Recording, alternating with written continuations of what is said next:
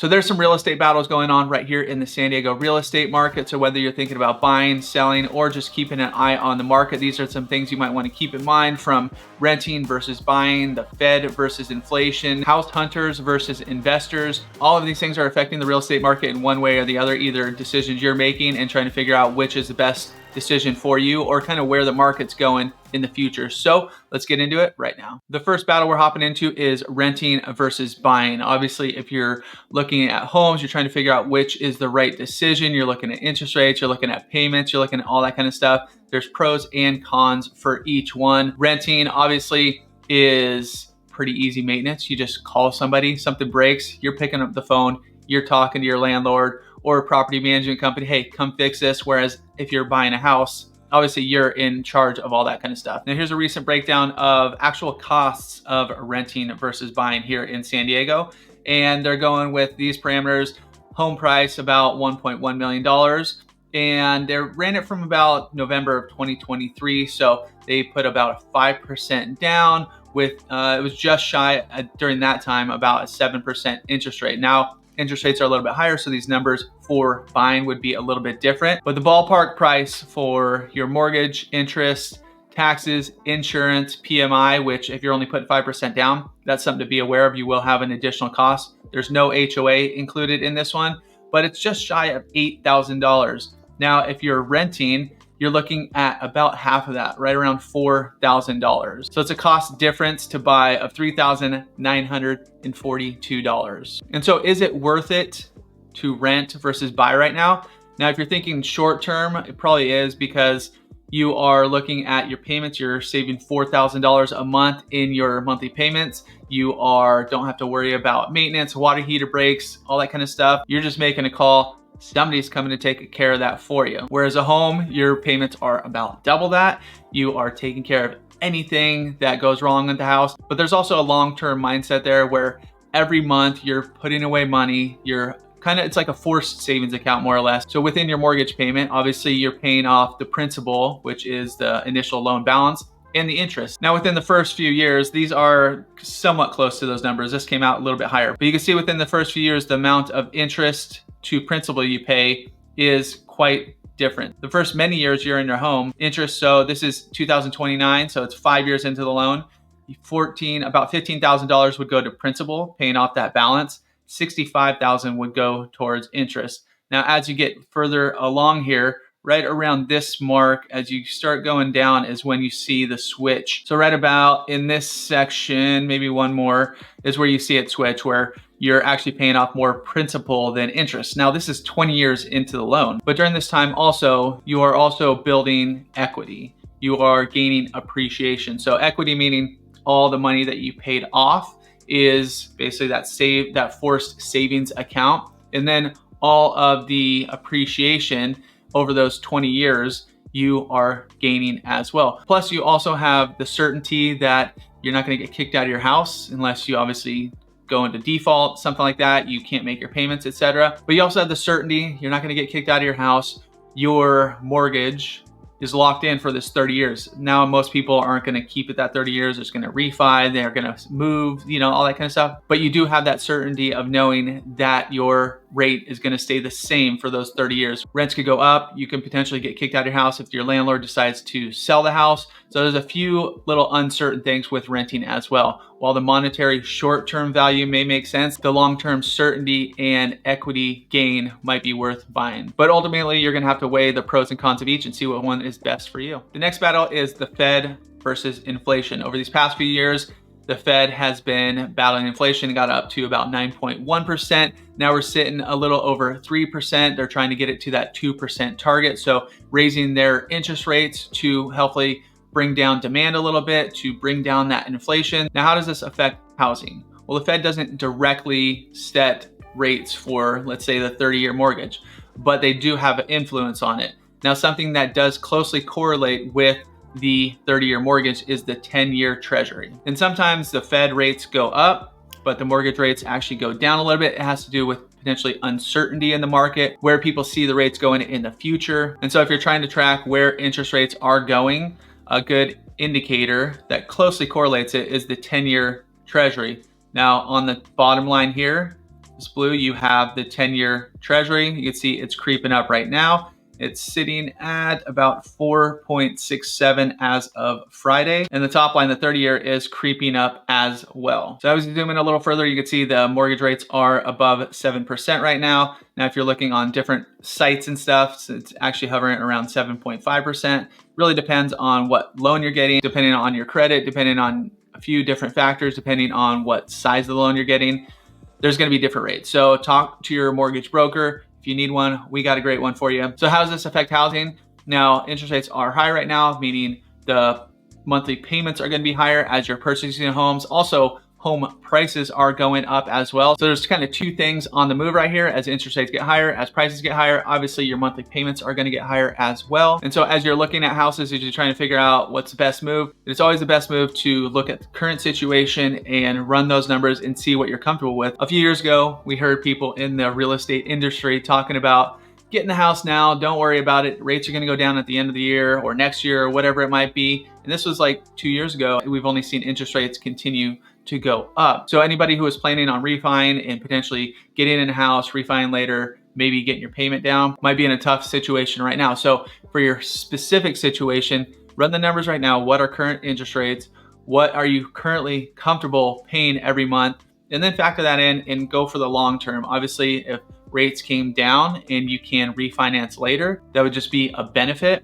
But also with refinancing, there's a number two, what is your break even? Because to refinance a home, there's costs involved. You got to go through the whole process again. So it's not just like refi, done. If you're taking cash out, here's your cash. It's like a whole process, basically the same process you would go through when you purchased a home. The next battle is build versus Nimby, not in my backyard. San Diego as a whole doesn't have a ton of new construction. One of the reasons that home prices have continued to rise very aggressively over the past few years is the lack of supply and the abundance of demand. And so one way to basically stabilize house prices, make them not go up so fast so that it brings that affordability a little bit more within range, is to build more homes. But San Diego as a whole doesn't have a ton of that new construction. Now you'll find the little pockets here and there. You will find San Diego trying to build more homes, but a lot of the building that they're talking about is multifamily and like apartment style, but not necessarily new single family homes or condo / townhome developments. Well, one of the reasons is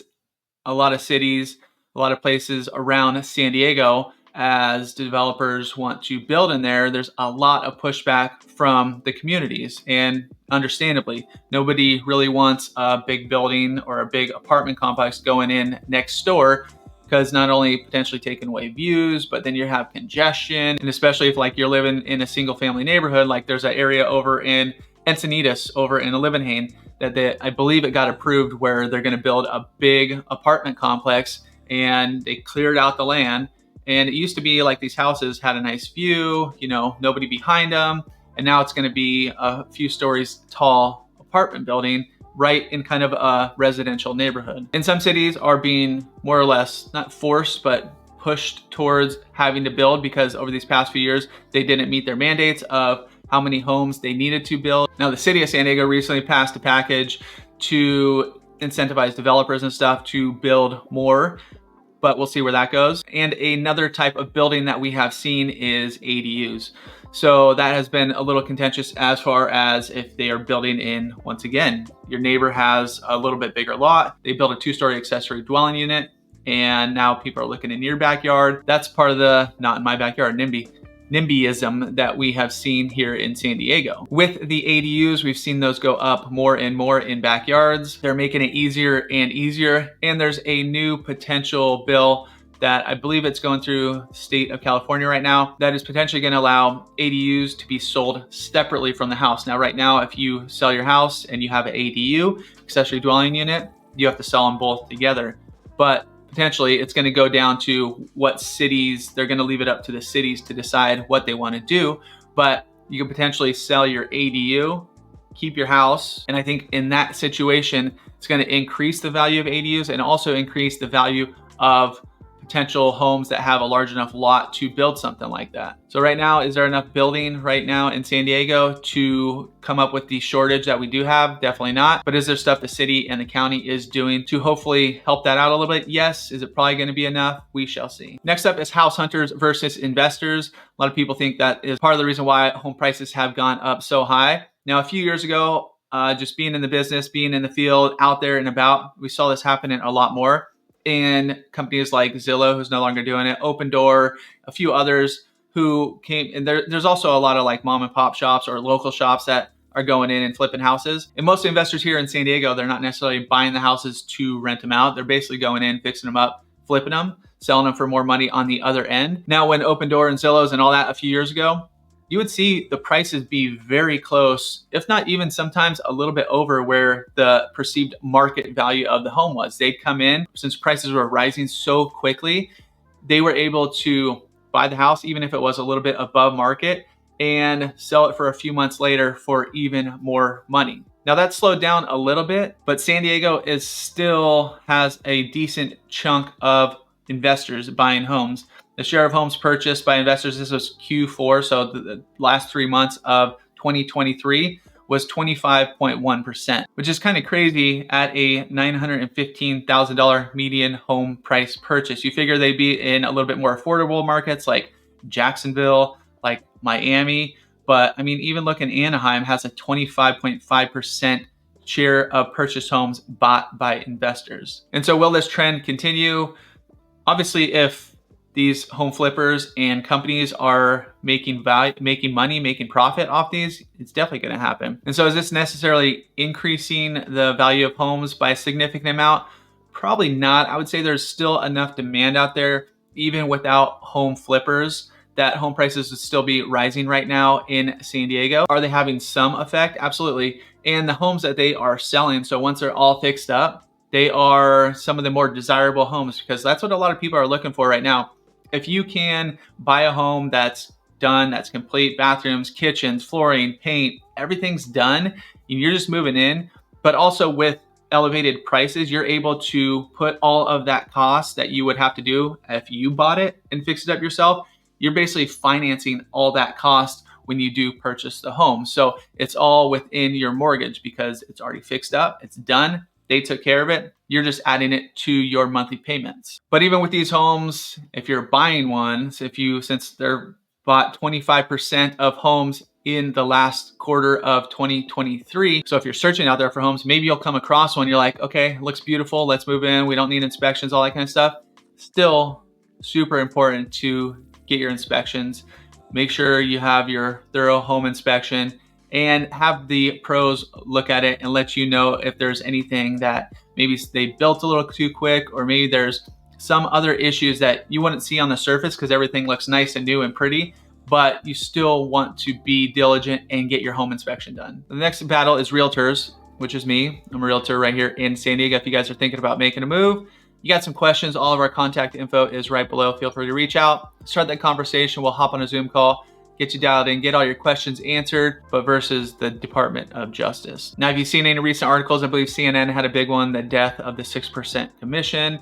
There's a bunch of other stuff out there. So as this plays out, we'll make a full video on this. But briefly, here's a few changes that are expected to happen. First one, if you are working with the agent as a buyer, you're going to be needed to, before you even go see houses, you're going to have to sign, it's called a buyer broker agreement. It states how much compensation you're willing to offer when you do purchase your home to your agent. Now, right now, typically you would see a home seller offer compensation to the buyer's agent, and we still will probably see that in the future, but they're trying to get a little more transparency in here to clearly state who is taking care of what. Now, for a seller, this has always been negotiable as well, but how much compensation you're going to offer your listing agent and how much do you want to offer the buying agent side.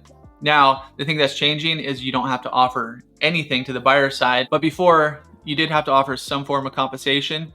I mean, it could have been $1, but right now they're taking that completely out. So as a seller, is there still value in offering the compensation to a buyer's agent? I believe so. I think as this all shakes out, we're gonna have to make a whole video on it, so keep you guys informed, but there will be changes in there. So stay tuned right here. We'll keep you informed and let you know what's going on.